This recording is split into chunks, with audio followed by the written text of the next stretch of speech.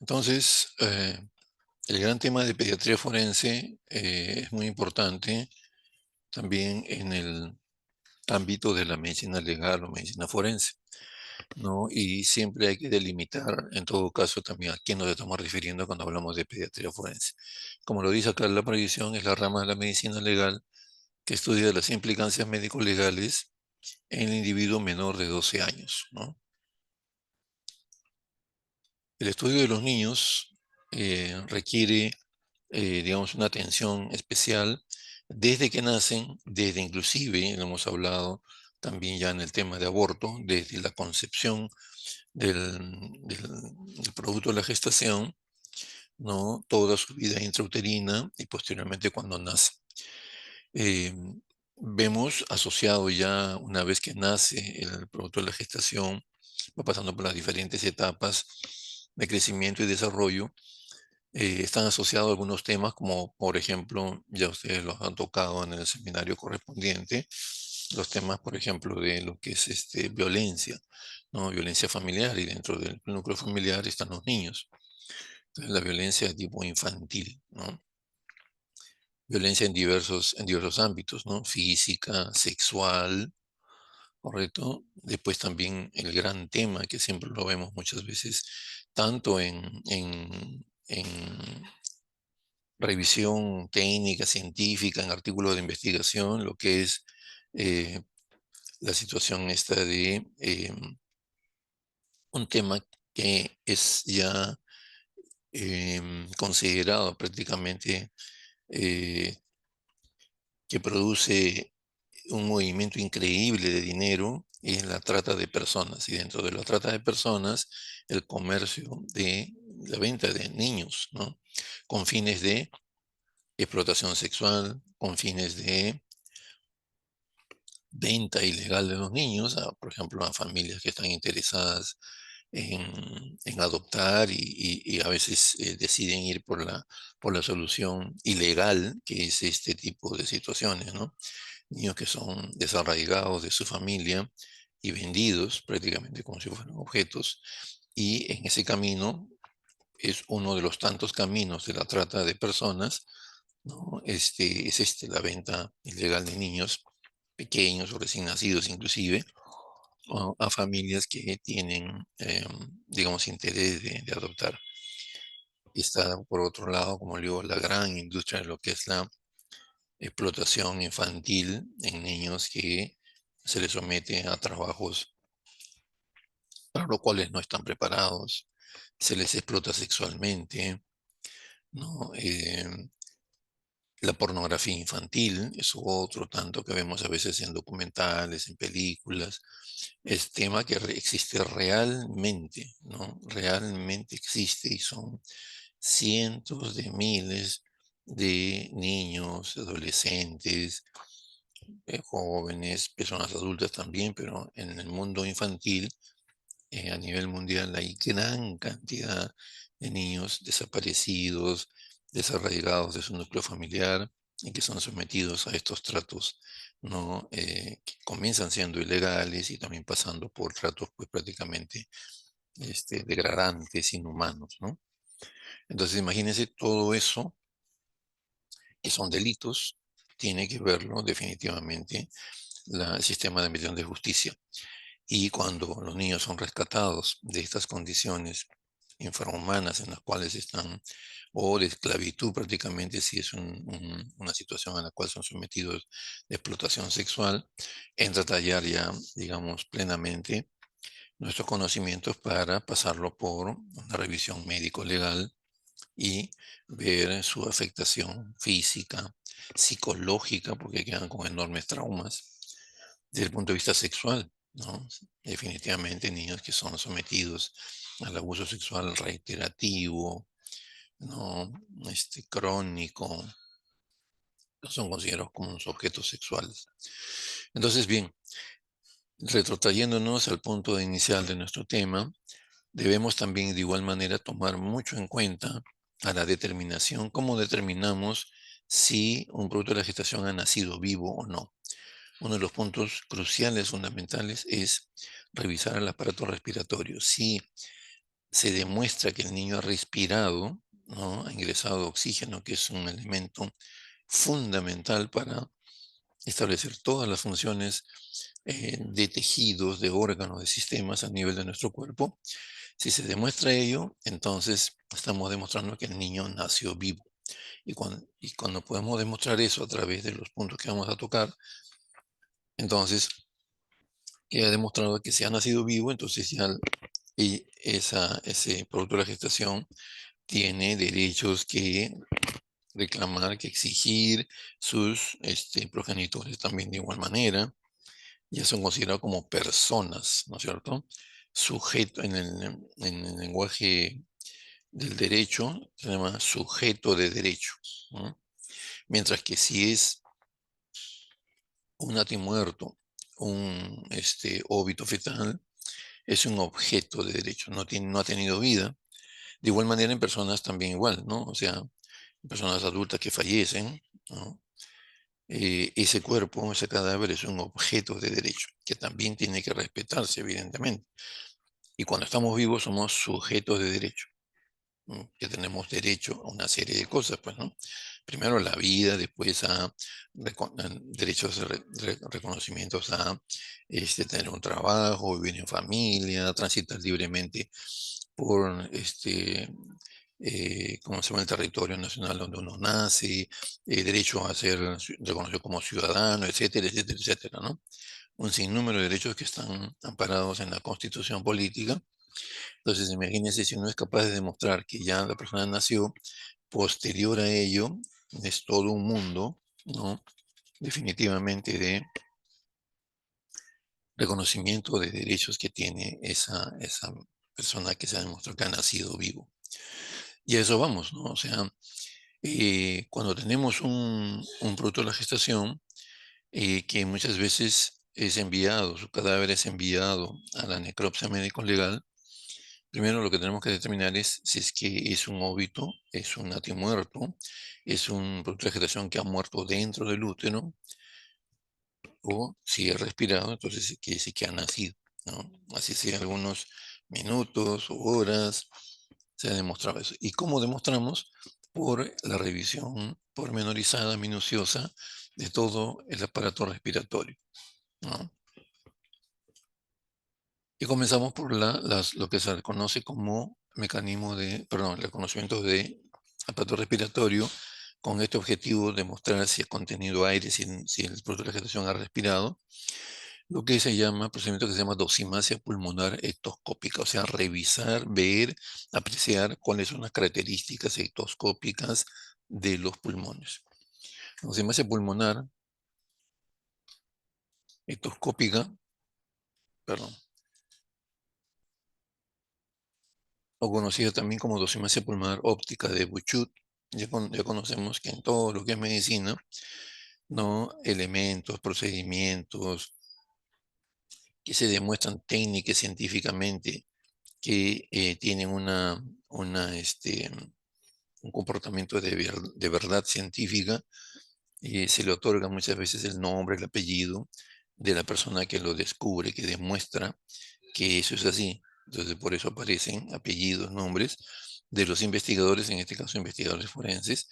Por eso se denomina dosimasia pulmonar óptica de Buchut. Buchut es el apellido de un investigador forense de hace muchísimos años atrás que demostró esto, lo que vamos a exponer. En el recién nacido que ha respirado, los pulmones se encuentran distendidos, por lo que ha ingresado evidentemente aire, y dentro de lo que ese aire, el oxígeno. Se notan esponjosos, de color rosado, claro, de bordes redondeados, y el detalle siguiente es importante, cubren la mayor parte del corazón. No tanto del corazón, sino del pericardio, ¿no es cierto? Porque el corazón está, si nosotros entramos, ¿no? Cuando se apertura la cavidad torácica, observamos no de frente al corazón, sino observamos el saco pericárdico, el pericardio. Una vez que cortamos y abrimos el pericardio, recién podemos observar el corazón. Los pulmones que han respirado, que contienen aire, van a cubrir el pericardio.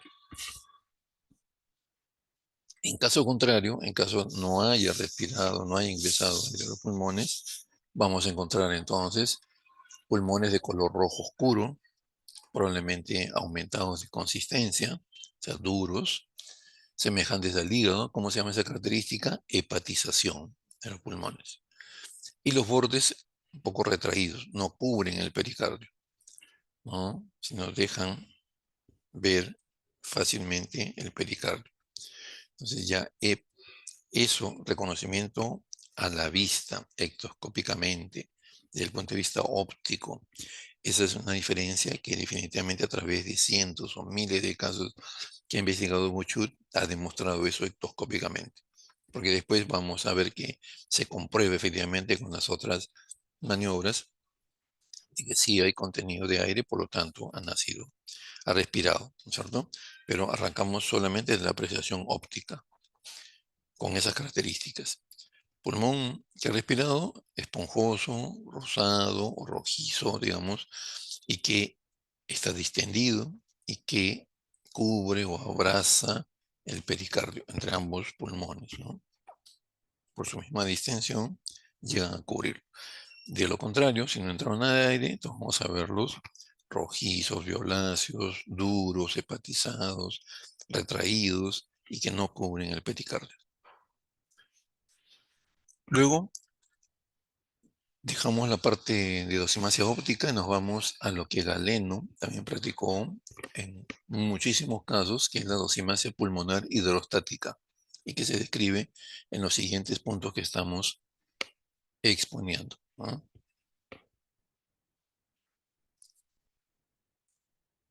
La dosimasia será positiva, o sea que sí se comprueba que ha respirado cuando los pulmones en su totalidad o en porciones flotan en un recipiente que se pone con agua, indicando entonces que el recién nacido ha respirado. Y se efectúa en 5 etapas. Primero se coloca todo el paquete de tráqueo, bronquio, pulmonar, o sea, se saca en un paquete, en una pieza completa, desde la tráquea, ¿no? Se corta el aparato laringotraqueal en la parte superior y se va colando todo lo que es camino de la tráquea, que se une a los pulmones y se sacan todo en conjunto, ¿no? Ese es el primer paso. Luego se cortan trozos de pulmón y se dejan libres en el agua para ver si flotan o no. Si flotan o se precipitan, se hunden al fondo del recipiente, ¿no?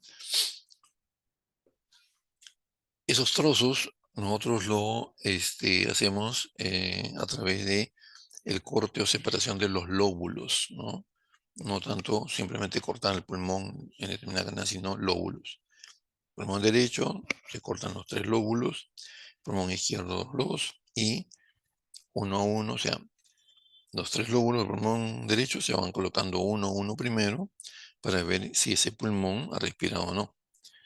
Entonces se ve si flotan, quiere decir que hay contenido de aire en los alveolos, en los bronquios, en el aparato respiratorio en general, y por ese motivo flotan, ¿no? Ya tenemos, a veces no flotan los 3 lóbulos con el pulmón derecho, no uno o dos.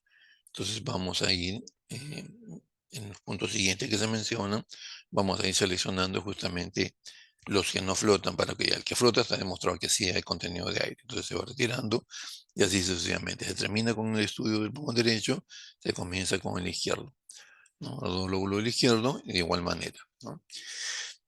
En la medida en que se avance en la necropsia, como ya todos prácticamente hemos visto, eh, este tipo de registro que estamos teniendo, que si es rojizo o violáceo, si es esponjoso, si flota o no flota, el objetivo es demostrar que ha respirado. Por lo tanto, si ha respirado, ha nacido vivo. Entonces, todo lo que se va observando y comprobando, el médico a cargo de la necropsia va tomando muestras representativas de lo que estamos afirmando o lo que estamos negando y se envían al área de laboratorios para estudio anatomopatológico, para que el médico especialista en anatomía patológica procese ese fragmento de tejido y lo lleve hasta la observación microscópica para hacer un diagnóstico histopatológico. Ahí nos dirá justamente las características que vamos a ver más adelante del epitelio, ¿no? Que recubre los alveolos, qué características tiene, ¿no? Si los alvéolos están distendidos, están rotos, si hay hemorragia, no hay hemorragia, etcétera, etcétera. Eso va a reforzar nuestro diagnóstico visual, ectoscópico, óptico, ¿no? Y con eso prácticamente ya se está dando el diagnóstico que sí respiró o no respiró, ¿no? Entonces, hemos visto hasta el tercer punto. El cuarto dice, se toman los trozos que hayan flotado y se comprimen fuertemente contra las paredes del recipiente, ¿no? Entre los dedos, y se coloca debajo del agua. La intención de esto es justamente demostrar sí o sí que hay aire y contenido, ¿no? Y se observan con esta maniobra si siguen flotando o no. Luego, el siguiente punto, se toma un trozo del pulmón que haya flotado con la superficie de sección hacia arriba, se sumerge en el agua y se presiona fuertemente con los dedos, observando si se desprenden burbujas, ¿no? Porque si hay aire, va a haber burbujas, y debajo del agua vamos a notar lo que se dice aquí. Si se desprenden burbujas de aire que suben a la superficie del agua en forma de espuma, cuando las burbujas son pequeñas e iguales, significa que el pulmón ha respirado. Cuando son burbujas grandes, desiguales, significa que son gases relacionados a descomposición, a putrefacción. Imagínense esa cantidad de observaciones que han tenido que hacer para que este detalle, este signo, sea valedero e indicativo de lo que se está afirmando, ¿no? Entonces, hasta inclusive la forma de las burbujas tienen relación a que si el aire es realmente aire que ha respirado el feto, el producto de la gestación, o si son pues burbujas totalmente desiguales, disparejas. Entonces tenemos la suficiente fuerza con esta investigación de Galeno, es decir, no, esto es, y de hecho tenemos que corroborar, porque el fetito, si el fetito pues vemos que está ya, por ejemplo, con signos de descomposición cadavérica, ¿no? Esfacelación de piel, coloración violácea o verdosa de luz, etcétera, etcétera, ¿no? Ya nos hacemos tener una idea que ese fetito está en descomposición, y lo que estamos observando tiene relación con esa descomposición, ¿no? Si vamos a presionar el pulmón debajo del agua y van a salir esas burbujas todas desiguales, estamos viendo efectivamente esa coloración que ha cambiado producto de la putrefacción. Entonces, efectivamente, las dos observaciones tienen relación. Luego, el otro punto dice, se colocan los trozos de pulmón que se han hundido, o sea que no hay aparentemente contenido de aire en este pulmón, dentro del agua de un recipiente con una tapa y una jeringa en el centro. Al tirar el émbolo, se consigue así vacío, o sea, se aspira todo el aire que hay en el depósito. ¿Y qué ocurre? Se dilata el aire que está dentro del pulmón, y evidentemente si hay efectivamente contenido de aire, también de igual manera entonces va a flotar los trozos, ¿no? Porque estamos absorbiendo todo el aire que hay aparentemente dentro de la superficie libre, dentro del recipiente, y como adentro de toman aunque sea poquito de aire, eso le va a dar la posibilidad de distenderse y flotar, ¿no? Entonces ya tenemos con estos pasos demostrado que ese fragmento, esa parte del pulmón que estamos investigando, definitivamente ha ingresado aire o no lo ha ingresado, si vemos que los reconocimientos son negativos, por ejemplo, ¿no? En todos los pasos hay reconocimientos que son negativos, entonces definitivamente el pulmón no ha respirado, porque le hemos hecho pasar por todos los puntos que estamos mencionando. Y luego entonces nos vamos a lo que mencionábamos hace unos momentos.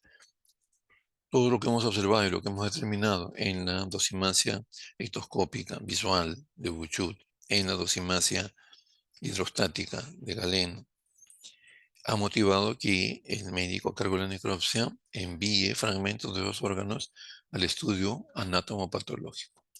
Y entonces ahí el patólogo va a practicar lo que es dosimacia histológica, ¿no es cierto?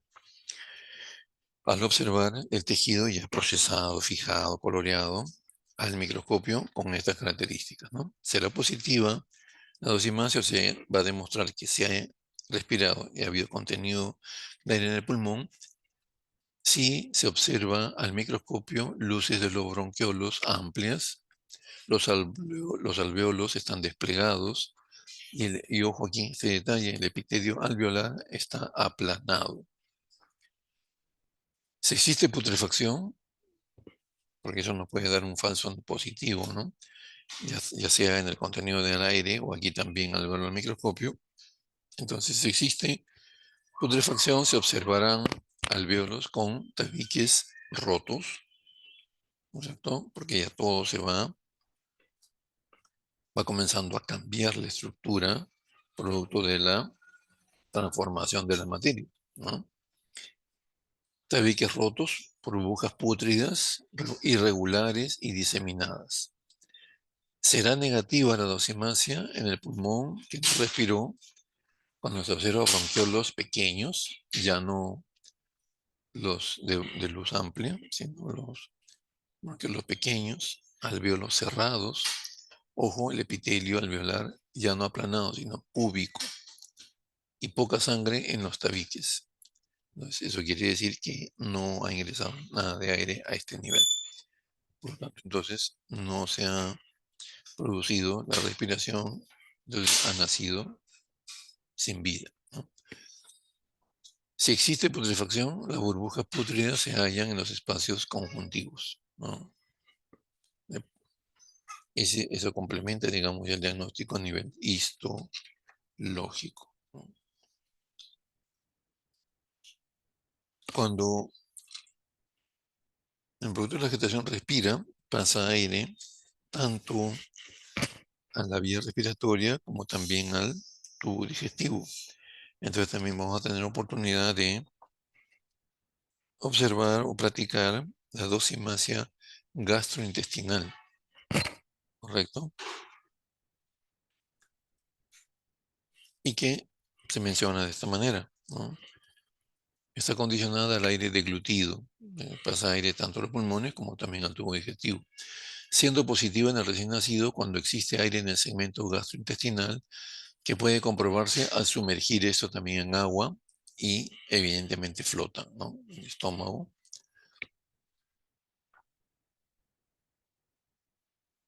los intestinos, cuando no, cuando no ha respirado, evidentemente presenta también otro tipo de, vamos a observar otro tipo de situación diferente que vamos a mencionar.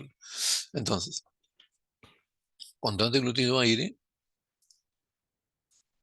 y cuando existe aire en algún segmento gastrointestinal, que puede comprobarse al sumergir al agua y flotar, debiendo descartarse si es que no es por gases de putrefacción, ojo también, principalmente si flota el segmento seco o cólico, ¿no?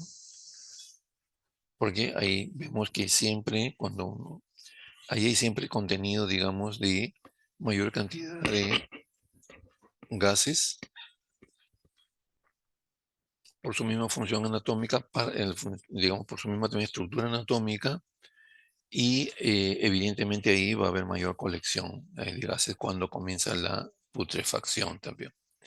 Pero cuando simplemente es aire que ha sido deglutido, ¿no? Aparte de lo que ha pasado a vía respiratoria, vamos a encontrar que ciertos fragmentos, ¿no? Y para eso, como le digo, si es que se puede confundir con lo que es descomposición o putrefacción, tenemos que analizar o siempre estar comparando los signos que encontramos en la parte externa, ¿no? Cambio de coloración, exfacelación de piel, el estado en que se encuentran todas las vísceras, si ya están todas que se deshacen, la característica de friabilidad, ¿no? El cerebro, el hígado, como están friables, están que se deshacen, eso es indicativo de descomposición, de putrefacción.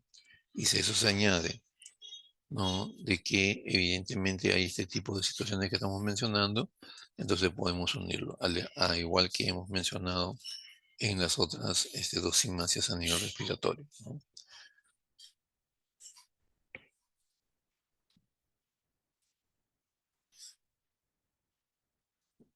Hablamos en el tema de aborto relacionado a la gestacional, al desarrollo, al peso, y se une también el concepto de viabilidad. Aquí también vamos a hablar de viabilidad con respecto a situaciones que vamos a observar en el producto de la gestación. Entonces, un recién nacido es considerado viable cuando ya ha llegado a su término de gestación, estableciendo esta madurez del feto con los siguientes caracteres, ¿no?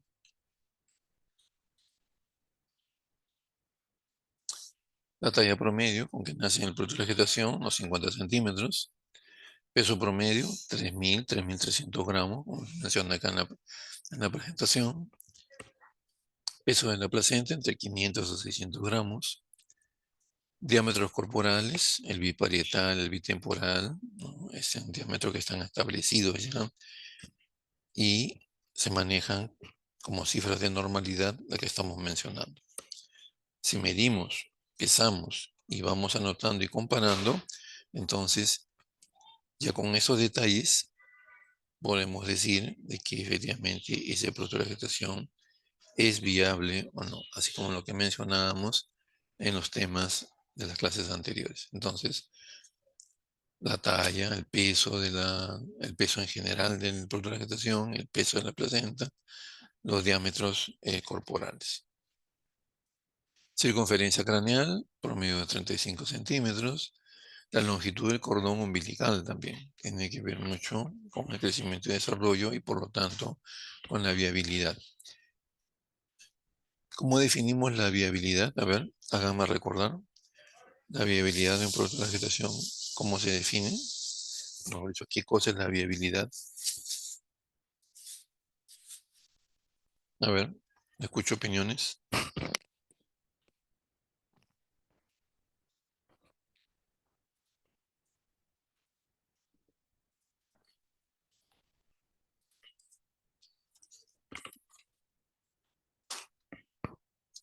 A ver, ¿están ahí?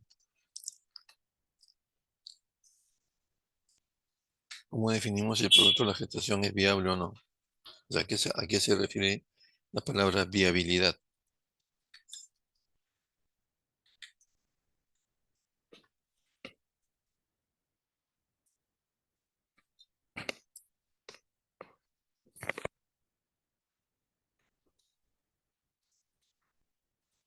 A ver, ¿quién saca la cara por el grupo? Doctor, ¿podría repetir la pregunta, por favor? ¿Qué significa viabilidad? En este caso, evidentemente orientado al producto de la gestación.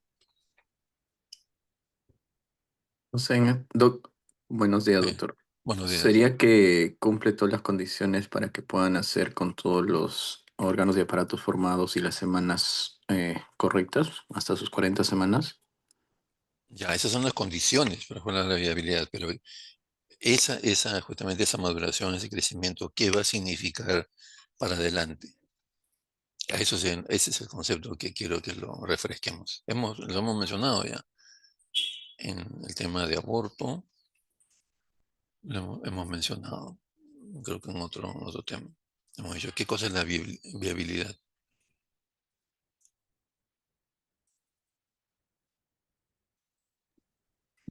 Que justamente va a ser la consecuencia, el reflejo de lo que ha dicho el doctor, que está bien, pero es el punto o el paso previo, ¿no es cierto? Si yo cumplo estos requisitos, entonces el producto de la gestación será viable.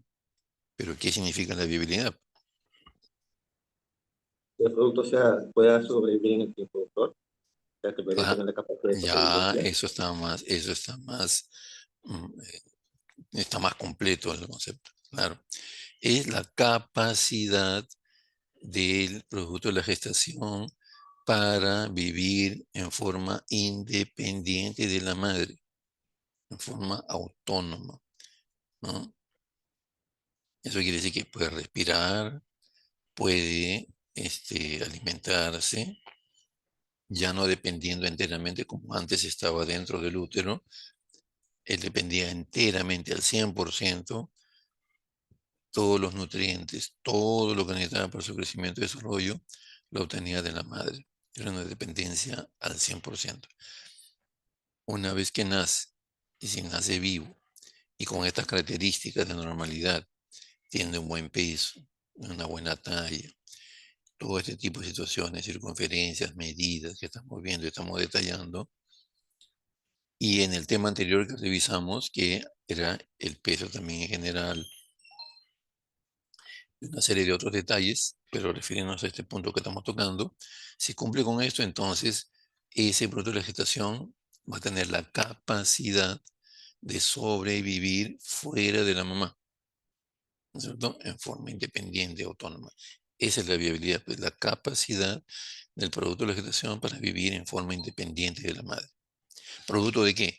De que ha alcanzado un buen crecimiento y desarrollo en su totalidad y también en sus diferentes órganos y estructuras, ¿cierto?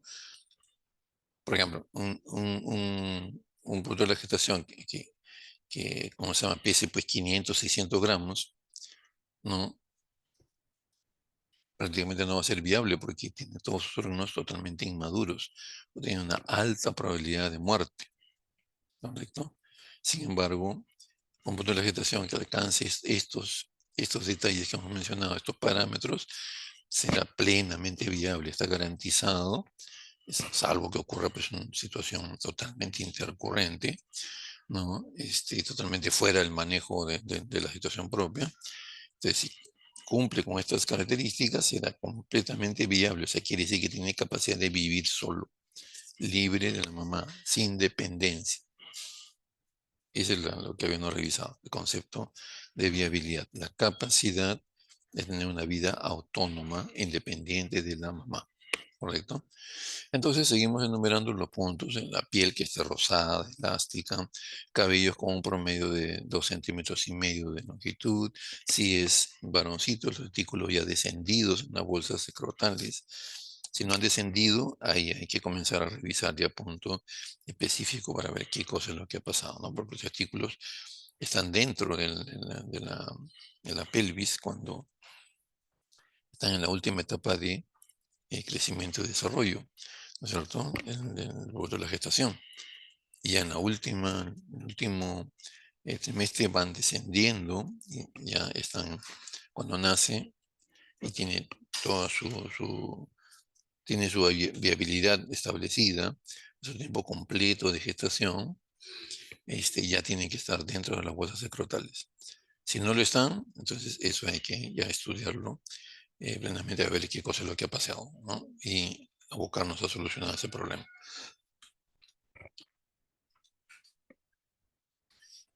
Entonces, ya hemos analizado un poco esa situación, ¿cierto? De la cuestión de la viabilidad con respecto a parámetros que cumplan para garantizar su vida independiente de la madre.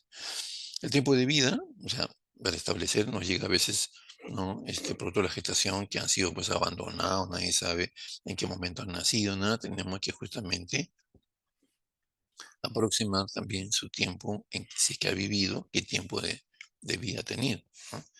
Se puede determinar el tiempo de vida aproximado considerando los siguientes datos. El unto sebáceo, que es la grasita con que nace, ¿no? Denominado vernis caseosa,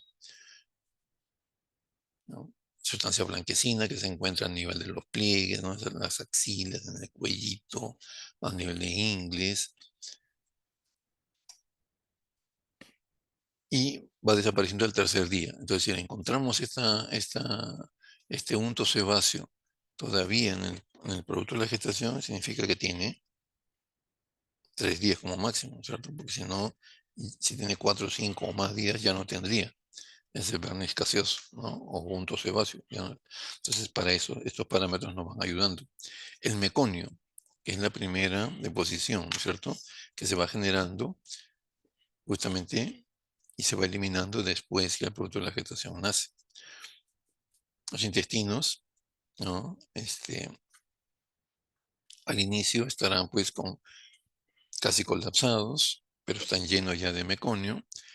El sistema gastrointestinal, en la parte superior, sobre todo en las primeras porciones del intestino, el estómago, contendrán aire, como hemos demostrado, como hemos hablado en los puntos anteriores, ¿correcto? Pero con respecto a las primeras deposiciones, el tema meconio, esta va a desaparecer, ¿ya? Porque evidentemente va a comenzar a eliminarse A partir del quinto o sexto día ya no hay meconio, ¿no? Que es esa sustancia media verdosa, oscura, ¿no?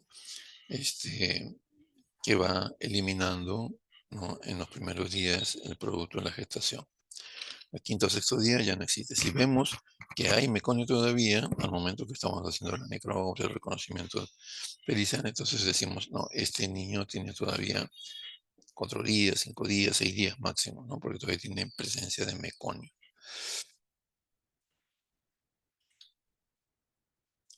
En el examen del cordón umbilical también de igual manera, este tipo de parámetros. Al nacer el cordón es opalino, ¿no? Un color blanquecino, así como en la consistencia opalina, o sea, hay un blanco nacarado, eso también hablan muchos investigadores, ¿no? Un blanco nacarado, ¿no? La característica que es peculiar del cordón. Cuando uno lo corta, la sección demuestra eso, ¿no? Una coloración opalina y firme. Si la encontramos de otra coloración y todo gelatinoso, ya que se deshace, entonces eso realmente ya habla a favor de la que está en descomposición, ¿no? A las 12 horas se va desecando y se contraen los vasos en su interior, ¿no es cierto? Y aparece con una forma media como estrella ahí. Porque ¿cuáles son los vasos que contienen el cordón umbilical? Una arteria y 2 venas, o 2 arterias y una vena. ¿Cuál es? A ver, 2 arterias y una vena, doctor. correcto, así es. Luego, gracias, doctora. A las 24 horas hay una línea inflamatoria de eliminación y el endotelio pierde brillo. Al quinto o sexto día, máximo a los 7 de la semana, es el promedio en que, como se va secando, secando, secando, solito se va cayendo, se cae. Lo que se desprende el muñoncito, digamos, del cordón umbilical, ¿no? Entonces, si encontramos estas características y todavía tiene cordón umbilical, vamos diciendo, ya, este tiene 12 horas o 24 horas. Y si ya no tiene cordón, ya, este producto de la gestación tiene más de una semana, ¿no? O aproximadamente una semana. Si han pasado 10 a 15 días, la cicatrización ya es completa, ¿no? Vamos a encontrar cicatriz umbilical ya formada. 20º día, los vasos umbilicales desaparecen del ombligo. Entonces, estos son parámetros para ir revisando y comparando, de manera que podemos aproximar el tiempo de vida que tiene el producto de la gestación. El tumor serosanguinolento, llamado caput sucedáneo, que se encuentra entre el cuero cabelludo y el epicráneo, desaparece más o menos a la semana, a los 7 días. ¿Por qué se forma ese tumor serosanguinolento? A ver, díganme ustedes. Es como un chinchón ahí, ¿no? ¿Qué ha pasado? ¿Por qué se forma eso?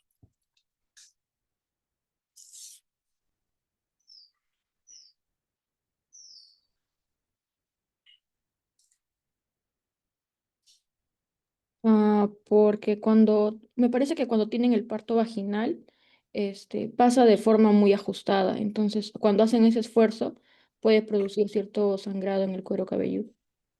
¿Cómo, doctora? A ver, repítame, por favor. Cuando pasan por el canal vaginal, Correcto. hacen un esfuerzo. Entonces, Ajá. ese esfuerzo puede ocasionar un sangrado. ¿Mm? Creo que es así. O Sí, no es sé. perfecto, doctora. Muy bien, muchas gracias. Sí, perfecto, perfecto. Si no quería que lo repitiera para que quedara claro el concepto. Exactamente, pues ocurre esto cuando hay partos de tipo vaginal. O sea, si es parto por cesárea, pues, evidentemente no va a presentarse, ¿no? Ahora, en todos probablemente no se presentará, o de repente en uno se presenta con alguna intensidad más que en otros, ¿no? Exactamente, ¿no? El canal vaginal es relativamente corto, de todas maneras la cabecita va a hacer esfuerzo y va a tener pequeño trauma, ¿no es cierto? Al momento de pasar ahí, hay presión y evidentemente hay ruptura de algunos vasos sanguíneos. Y eso es lo que va a motivar ese tipo de hematoma, ¿no es cierto? Que bueno, acá la estamos llamando tumor serosanguinolento, pero es prácticamente un hematoma, ¿no?, del cuero cabelludo. Así es por ¿cómo se llama? El paso por el canal vaginal al momento del parto. Gracias, doctora. Eso debe desaparecer o reabsorberse ya a la semana, ¿no es cierto? Si encontramos todavía ese caput sucedáneo, entonces quiere decir que el niño todavía está dentro de la semana de haber nacido, ¿no? La piel también se va descamando, ¿no? Y ya en 2 días, 3 días, digamos, también presenta una descamación fina de la piel y eso nos puede estar informando también datos sobre el tiempo de vida que tiene.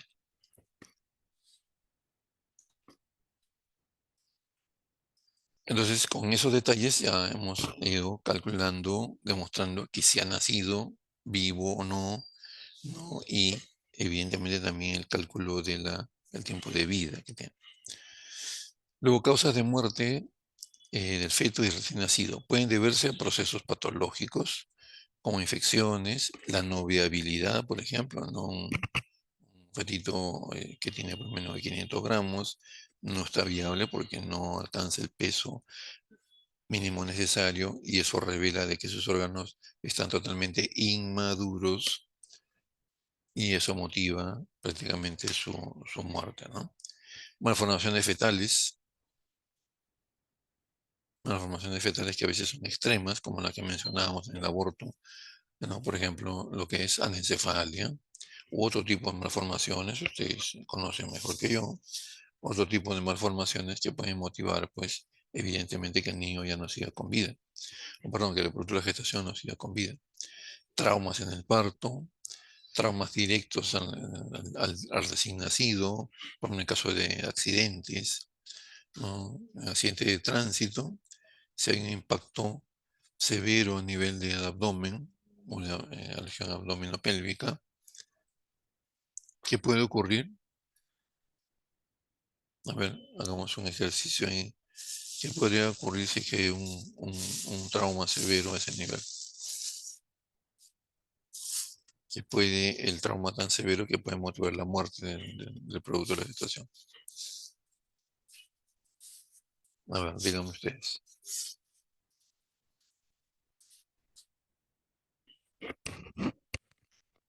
A ver, ¿la escucho?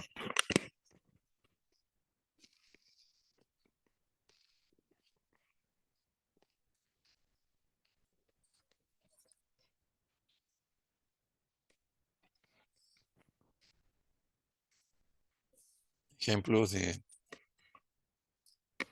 traumatismos que motiven la muerte del producto de la gestación.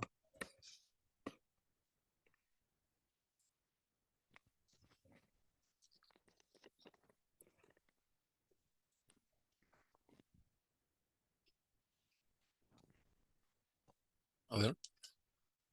Nada, no hay ningún ejemplo. Doctor, ¿se refiere a que, por ejemplo, una gestante que tiene un accidente de tránsito o se refiere a... Claro, cualquier traumatismo, pues. Estaba poniendo como ejemplo accidente de tránsito. Pues, puede ser, no sé, se cayó en las escaleras. No sé, una caída, pues, no sé, arreglando algo, sube en escalerita, a veces 2 o 3 peldaños y se cae sentada, por ejemplo. Se pone un traumatismo severo. ¿Qué puede motivar eso?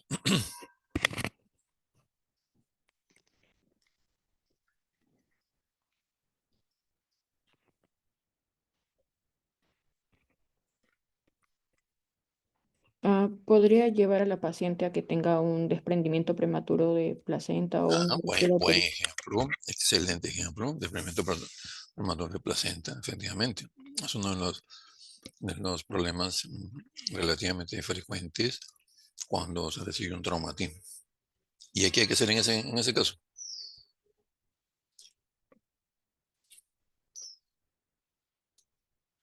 Es una situación grave, ¿no? Gravísima.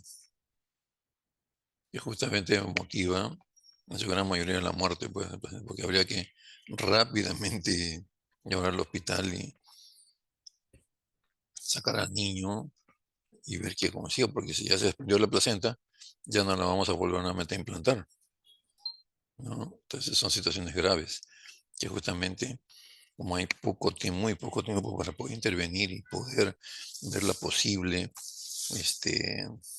salvar la situación, por lo general mueren en el punto de la gestación.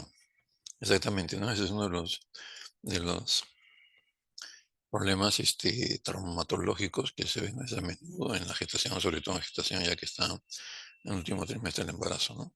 Ok, gracias doctora. Entonces, esto tiene que ver mucho con causas de la muerte fetos y recién nacidos, como es el título de la presentación. El concepto de infanticidio, ¿no? De acuerdo a nuestro Código Penal, está relacionado básicamente cuando recién nace. Ustedes saben que la madre a veces pasa por la famosa depresión postparto, una serie de situaciones desde el punto de vista salud mental, y esto a veces motiva de que la misma mamá, como dice aquí, la madre que mata a su hijo durante el parto o bajo la influencia del famoso estado puerperal, será reprimida con pena privativa de libertad no menor de 1 ni mayor de 4 años, o con prestación de servicio comunitario, ¿no? Lo que puede haber pasado aquí, ¿no? Ese tipo de estado puerperal, sigamos acá presentando para después hacer los comentarios. El infanticidio es una variedad del homicidio voluntario que se acompaña de la voluntad de matar. O sea, esa intención, la existencia del recién nacido, el sujeto activo es la madre, y la pena es atenuada por cometerse durante el parto o bajo la influencia del famoso estado puerperal. Y aquí se define, ¿no? El estado puerperal. Bonnet, investigador forense, dice, obstétricamente está considerado el puerperio como el lapso que transcurre entre el momento del parto y el reinicio de la menstruación. La duración de este periodo es aproximadamente 40 días, según lo manifiestan la casi totalidad de las obstetras. Pero desde este punto de vista que estamos analizando, para nosotros el estado puerperal representa un estado psicopatológico y no un periodo obstétrico. Sobre esta misma materia se añade, ¿no? Entonces, el grupo de investigadores dirigido por Bonnet dice, el estado puerperal es un trastorno mental transitorio e incompleto porque es de corta duración y porque no alcanza a constituir un estado de alienación mental, sino solamente es... A ver, aquí el problema es que no... O sea, un estado... A ver, no alcanzamos eso. Ya, tenemos un estado crepuscular, dice, ¿no? O sea que es, digamos, momentáneo. Pero esto pone el detalle, que cuando se ocurre esto, tiene que evidentemente pasar por una evaluación de tipo psiquiátrica. Y el psiquiatra tiene que demostrar que efectivamente ha cumplido todos los requisitos para caer en este tipo de situaciones. Ahora, es atenuante, no era a la cárcel todo lo que menciona, digamos, como sentencia, como pena el Código Penal. Probablemente sea menos, pero de todas maneras porque se demuestra que ha habido voluntad de matar a alguien por X motivo, por un trastorno, como es aquí, psicopatológico, ¿no? Y evidentemente ha cometido homicidio. Y como lo hace en un recién nacido, es considerado como un infanticidio, ¿no? Entonces, esa es digamos, situación que definitivamente tiene que recurrirse ya a los especialistas dentro de las diferentes áreas en la medicina legal.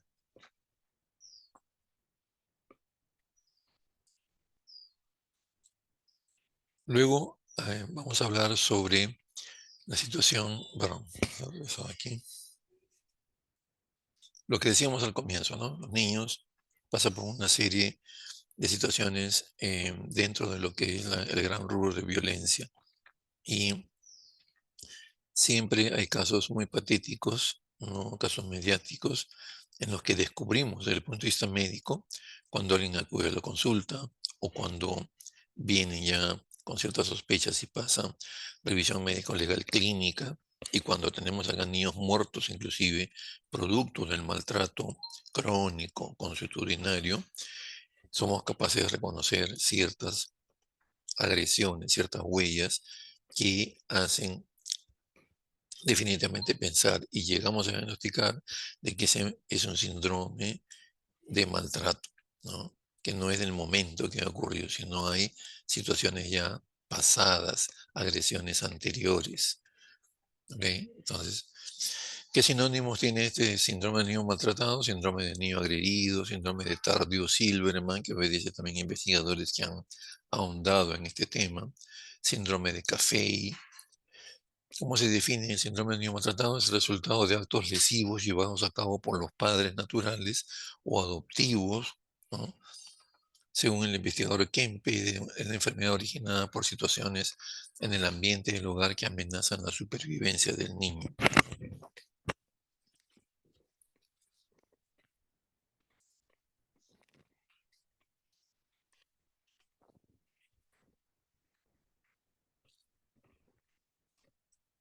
¿Qué predispone al maltrato infantil? Todas las alteraciones que vemos en la sociedad. El alcoholismo, la violencia doméstica, la drogadicción, ser padre o madre soltera, que eso no es una determinante, como se pone aquí en la lista, que son factores de riesgo, digamos, no determinan, pero eso ponen en riesgo al niño, ¿no? La falta de educación a nivel educativo, la pobreza extrema, son factores que predisponen a que el niño tenga mayor posibilidad de ser maltratado, ¿no?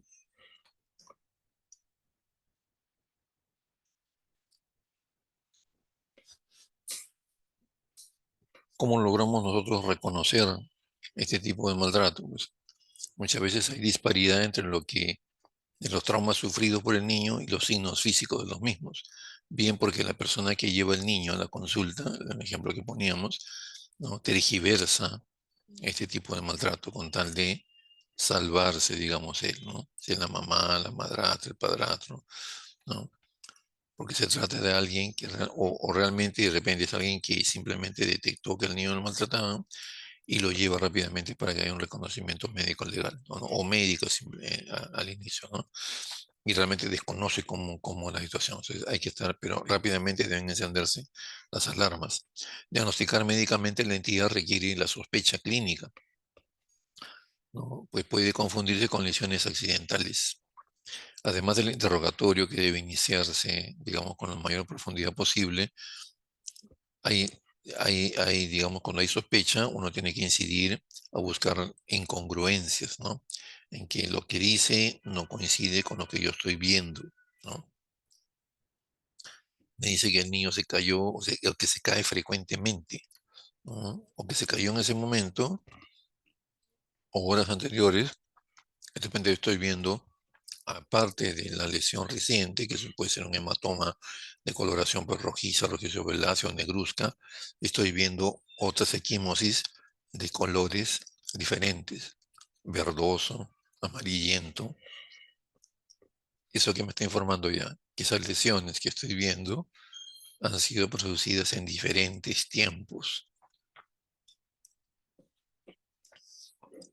Ahí estamos ante una agresión en diferentes tiempos, o es realmente a veces como dicen que el niño se para cayendo a cada rato. Entonces ahí hay que demostrar un poco la incongruencia. Nosotros no nos convertimos en fiscales ni en jueces. Al detectar esto, y si realmente hay una buena cantidad de signos que ameritan, eso sí, inmediatamente poner ¿cómo se llama? Inmediatamente conversar con la persona que ha llevado al niño, y si hay, digamos, posibilidad de conversar con el policía, y si es como fiscal, mucho mejor, para que inmediatamente se comience ante lo que estamos reportando, ante lo que estamos viendo, que se inicien las investigaciones para poder determinar, ¿no?, si realmente este niño ha sufrido un maltrato o no, ¿no? Si estamos frente al caso de un síndrome de niño maltratado. Seguimos con las posibilidades de reconocimiento de lesiones, contusiones y equimosis de distinto estado de evolución, lo que decíamos hace unos momentos, ¿no?, con cambios de coloración que permiten calcular la antigüedad. Para eso hemos llevado, ¿no?, la clase de lesionología, y eso es lo que nos hace recordar, ¿no?, como es una equimosis recientemente producida, rojizo violácea, ¿no?, o negruzca intensa.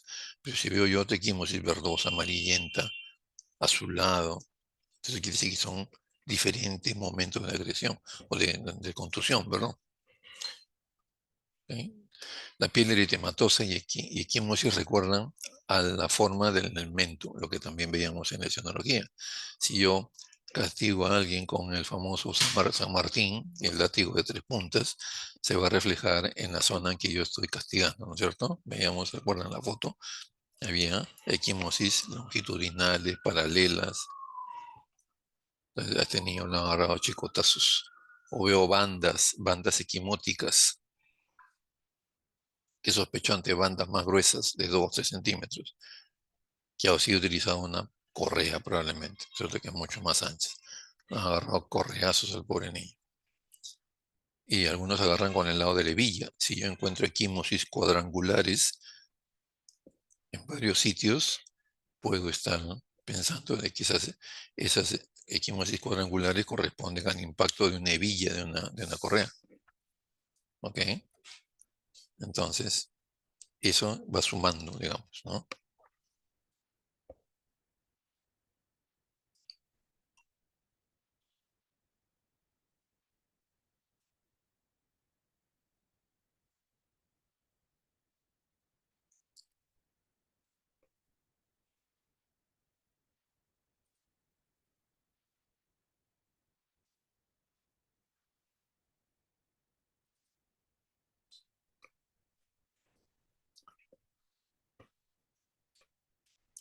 Como decíamos, la piel eritematosa equimótica recuerda la forma del instrumento en que con que contundente con que se produjo, digamos, la lesión. Los miembros de equimosis son a menudo bilaterales, me parecen corresponder a, si uno agarra fuertemente con las manos al niño de los brazos, por ejemplo, van a figurar también equimosis en los bracitos, ¿no? Muchas veces con forma de dedos, ¿no? Uno presiona fuertemente. Entonces, todo eso va agregándose, ¿no? Quemaduras recientes y antiguas asociadas a contusiones, el descuido en el aseo del niño, no lo bañan, no lo lavan, uñas crecidas, no le cambian de ropa, hospitalizaciones previas por accidentes, ¿no? O accidentes entre comillas, retraso injustificado entre la hora de la lesión y la consulta. Se cayó el niño a las 7 de la mañana y recién lo llevan a la consulta a las 5 de la tarde. Entonces, evidentemente no hay ninguna preocupación por parte de su cuidador, mamá, papá, o cualquier persona que esté a cargo del niño. No hay el sentido de urgencia. Eso habla a favor ya de que el niño entonces está siendo agredido y no interesa pues que esté ahí largas horas quejándose de dolor ni nada y no lo llevan a que reciba una atención adecuada. El acompañante dice ignorar por completo lo concerniente a la lesión, discusiones injustificadas en la consulta, a veces cuando van los mismos agresores, mamá, papá o padrastro con mamá, etc. Entonces hay esas discusiones injustificadas. Quemaduras aisladas en los glúteos, en las nalguitas del niño, ¿no?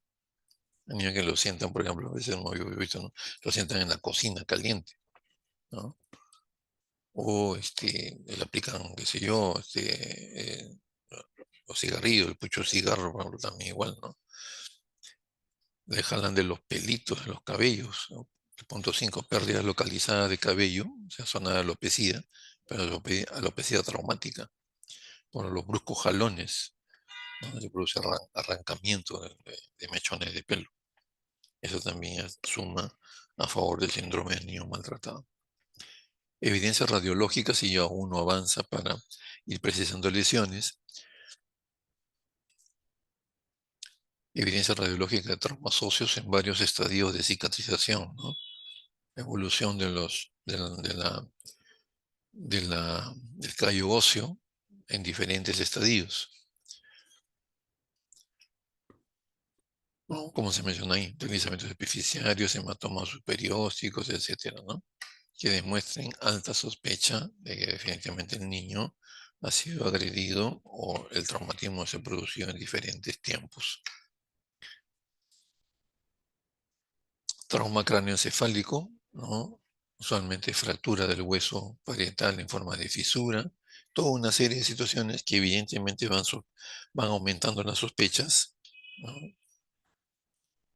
Traumas viscerales y de columna vertebral, que pueden ser la causa de la muerte, destacando las laceraciones de hígado. Nosotros hemos visto aquí un caso de hace algunos años personalmente en las La necropsia que realicé, un niño de forma patética, dijo el padrastro, creo que era el culpable de la agresión, que se le había sido tan travieso que el niño estaba viendo televisión, quiso jalar el televisor y el televisor se le vino encima.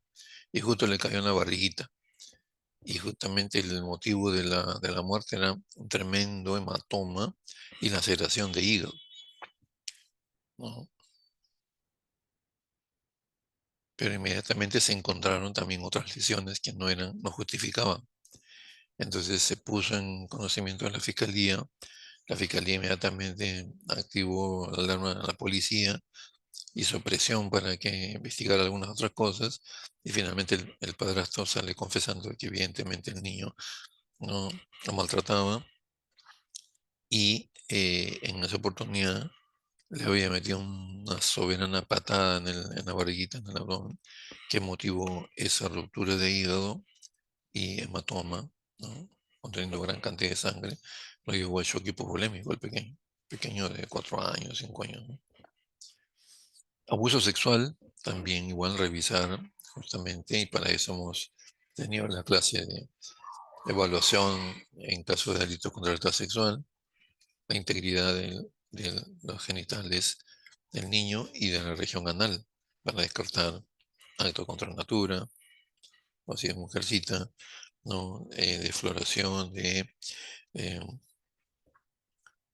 hay evidencias que han ocurrido penetración a nivel vaginal y haya dejado de lesiones, ¿no?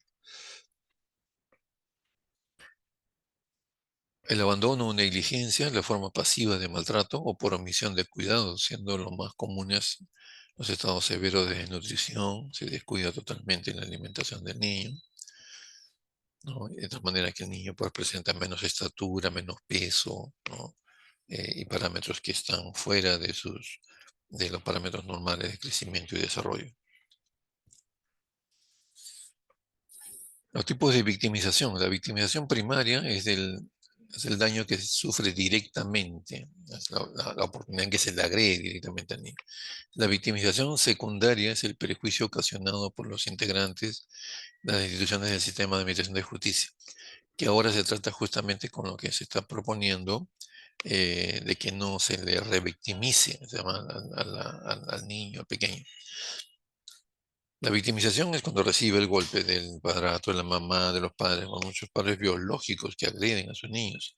Otros ya son los padrastros, otros son otros familiares o personas extrañas que quedan, sobre el cual quedan cuidados los niños.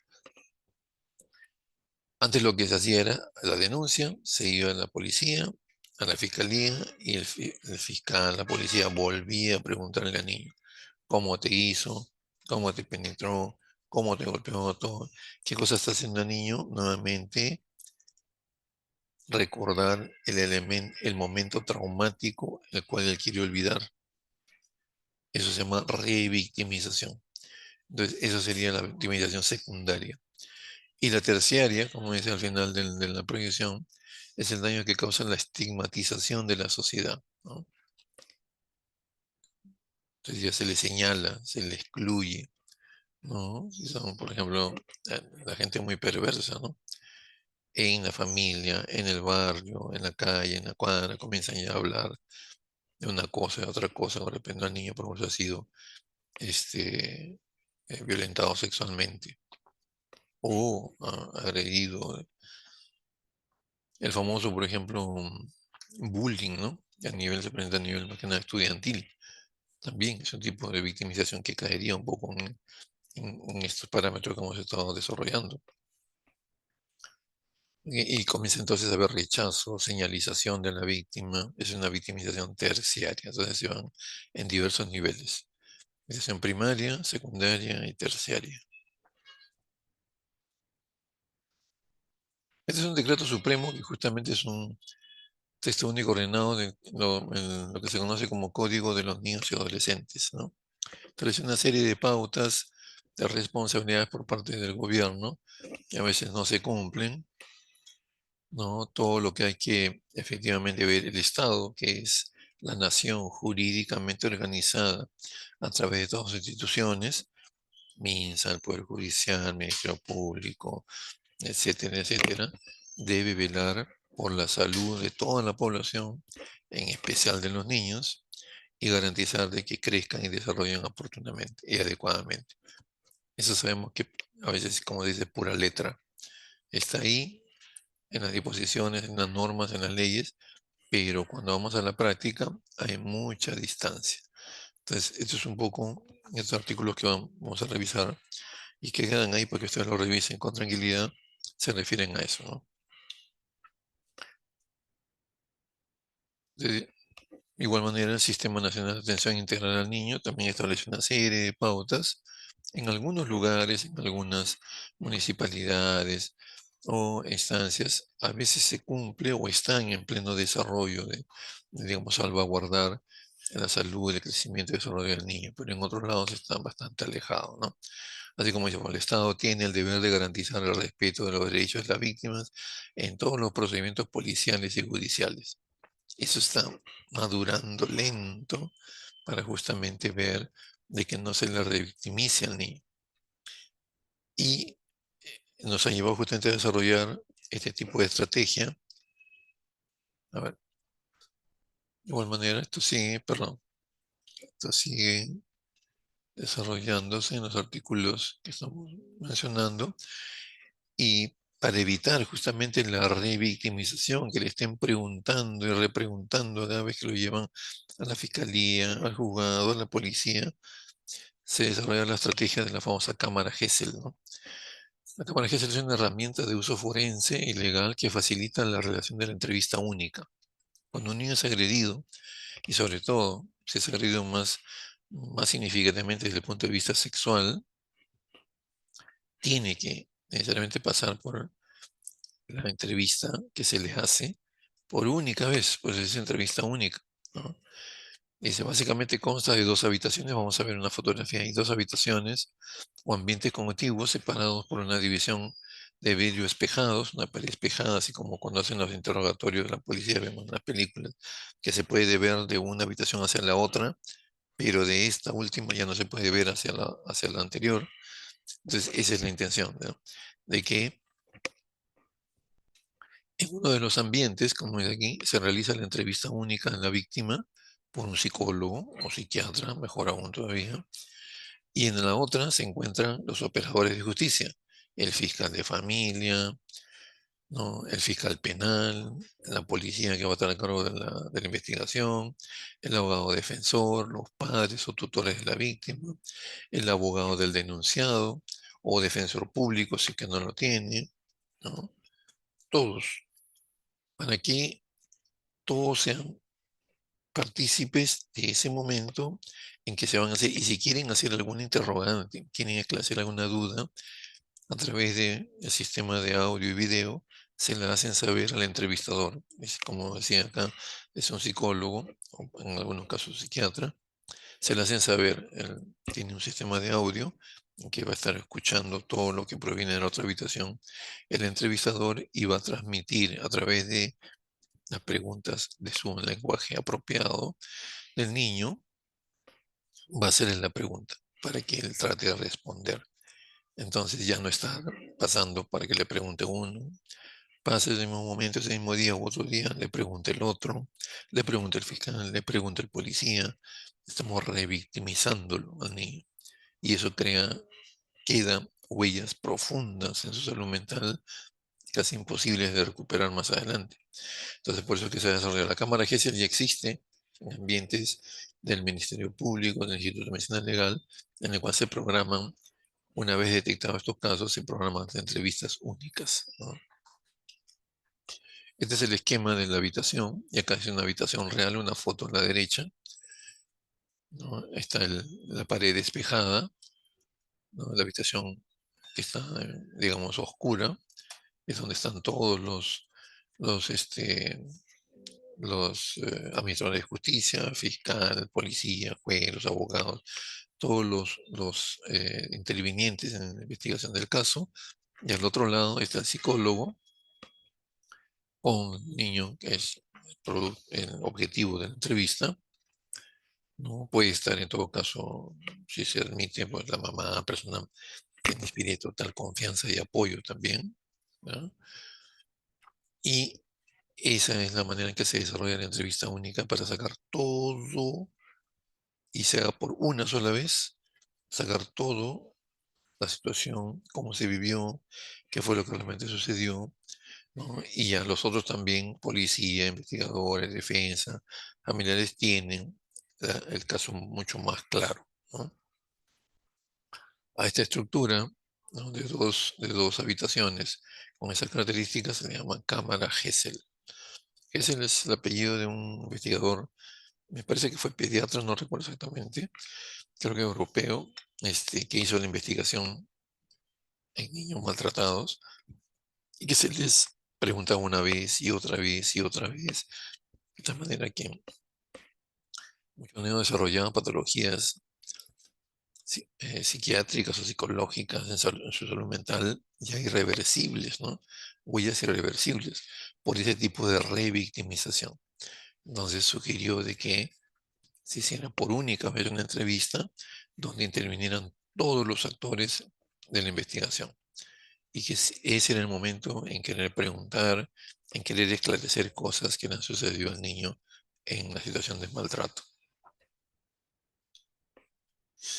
Bien, con esto hemos querido dar, digamos, una revisión integral lo más completa posible en la evolución de todo en la subespecialidad de lo que es pediatría forense. ¿Alguna pregunta? ¿Alguna aclaración? ¿Algo que no ha quedado muy claro?